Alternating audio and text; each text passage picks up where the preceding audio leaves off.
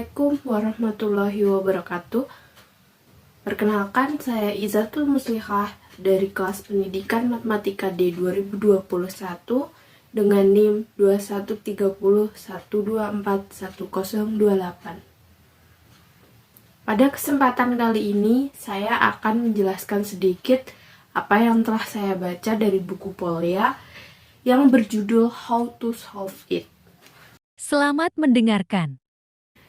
Buku Polya yang berjudul How to Solve It ini menjelaskan tentang 4 langkah dalam menyelesaikan masalah. Saya akan menerangkan 4 langkah dalam menyelesaikan masalah yang berkaitan dengan pembelajaran matematika. Seperti yang telah kita ketahui bahwa setiap proses dalam kehidupan pasti menemukan sebuah masalah.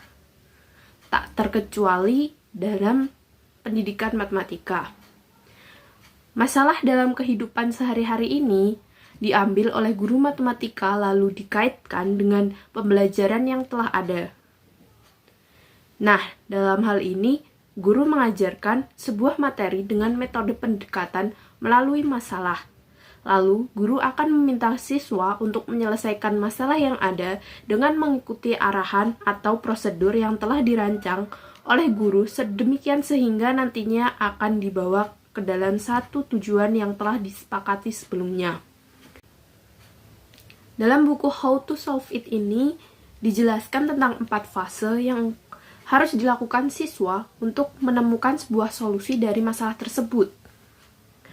Yang pertama, siswa harus memahami masalah yang ada dan juga melihat jelas apa yang dibutuhkan. Yang kedua, siswa harus melihat bagaimana antara item-item dalam masalah tersebut itu saling terhubung, sehingga kita harus menemukan ide solusi dan membuat rencana. Yang ketiga, siswa harus melaksanakan rencana yang telah dibuat tersebut. Yang keempat, siswa melihat kembali solusi yang sudah selesai, lalu ditinjau dan didiskusikan bersama. Keempat fase tersebut tidak boleh dilewatkan oleh siswa.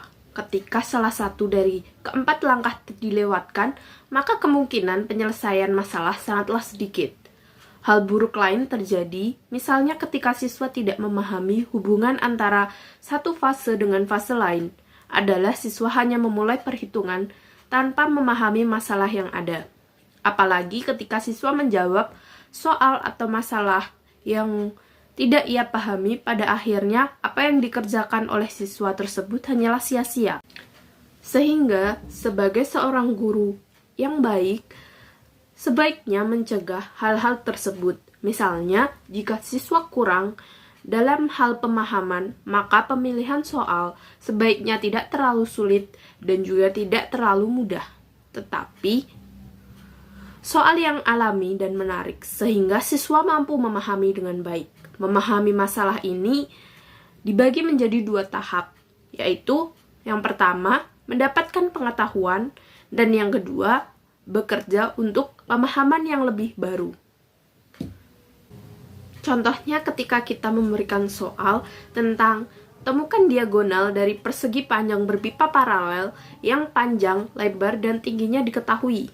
Nah, untuk menyelesaikan permasalahan tersebut, sebaiknya siswa harus akrab dulu dengan teorema Pythagoras dan penerapan dalam geometri bidang. Tapi kenyataannya, mereka hanya memiliki sedikit pengetahuan sistematis dalam geometri ruang. Dalam hal ini, guru dapat membuat masalah menjadi lebih menarik dan dengan membuatnya menjadi konkret seperti menjelaskan situasi dalam masalah dengan situasi yang ada pada saat itu. Contohnya, guru menjelaskan dengan memisalkan persegi panjang berpipa paralel tersebut dengan perumpamaan ruang kelas yang ada, yang dimensinya dapat diukur dan dapat diperkirakan, sehingga siswa harus menemukan cara untuk mengukur secara tidak langsung diagonal ruang kelas yang ada. Dengan bantuan guru menunjukkan panjang, lebar, dan tinggi pada papan tulis dan menunjukkan secara langsung pada ruang kelas yang ada. Nah, di sini juga terjadi interaksi antara guru dan juga siswa, sehingga siswa dapat dengan mudah menyelesaikan masalah yang ada. Tahap kedua yaitu dengan menyusun rencana yang dapat dilakukan jika kita mengetahui garis besar masalah, perhitungan, atau konstruksi yang akan digunakan untuk mencari hal yang ditanyakan atau tidak diketahui. Dari tahap memahami masalah hingga menyusun rencana merupakan suatu proses panjang, sehingga hal terbaik yang dapat dilakukan oleh guru untuk siswa adalah menyediakan waktu dengan tidak mengganggu siswa dan membantu untuk mendapatkan ide cemerlang. Untuk membantu siswa, sebagai guru harus memperhatikan pengalaman dan pengetahuan yang dimiliki, serta mempertimbangkan pengetahuan dan pengalaman yang ada pada diri siswa. Dalam hal menyusun rencana, siswa harus mampu menerapkan antara teorema dan konsep ke dalam masalah yang telah ada. Setelah menyusun rencana yang ada, kita menerapkan rencana dengan melaksanakannya. Akan tetapi, dalam menyusun rencana yang pas, bukanlah hal yang mudah. Tentunya diperlukan banyak hal untuk dapat berhasil. Pengetahuan yang diperoleh sebelumnya, kebiasaan mental yang baik, konsentrasi pada tujuan, dan juga faktor keberuntungan. Sedangkan untuk melaksanakan rencana jauh lebih mudah, yang dibutuhkan adalah kesabaran. Rencana adalah garis besar penyelesaian masalah, sehingga saat melaksanakan rencana, kita hanya perlu menyelesaikan detail-detail yang ada. Akan tetapi, sebagai seorang guru, kita wajib meyakinkan siswa tentang kebenaran setiap langkah dalam rencana yang telah disusun oleh siswa. Selanjutnya adalah melihat ke belakang. Setelah siswa selesai menyelesaikan masalah dengan solusi yang telah ditulis rapi, biasanya siswa meninggalkannya dan menutup buku. Padahal, hal yang penting adalah melihat kembali solusi yang ada dengan mempertimbangkan kembali dan memeriksa kembali hasil dan jalan yang membawa kepada solusi akhir. Sebagai seorang guru, tugas utama adalah memberi kesan bermakna dalam pembelajaran matematika, sehingga terkesan memiliki hubungan dengan objek-objek di alam semesta. Dengan adanya kesan tersebut, siswa dapat memiliki ketertarikan terhadap pembelajaran karena adanya kaitan dengan yang ada di alam, sehingga siswa juga dapat menerapkannya di dalam kehidupan sehari-hari.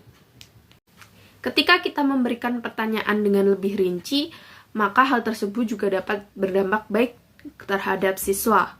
Yang pertama, siswa akan lebih yakin jika mengetahui fakta jawaban rumus yang telah dibuktikan sendiri dengan fakta. Yang kedua, perincian formula memperoleh makna baru dan dihubungkan dengan fakta yang ada sehingga mudah diingat.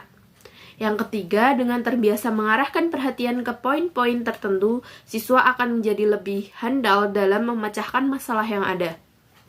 Demikian video ini saya buat untuk memenuhi penugasan kurikulum pendidikan matematika. Ada kurang lebihnya saya mohon maaf. Wassalamualaikum warahmatullahi wabarakatuh. Jangan lupa like, comment, dan subscribe. Dah.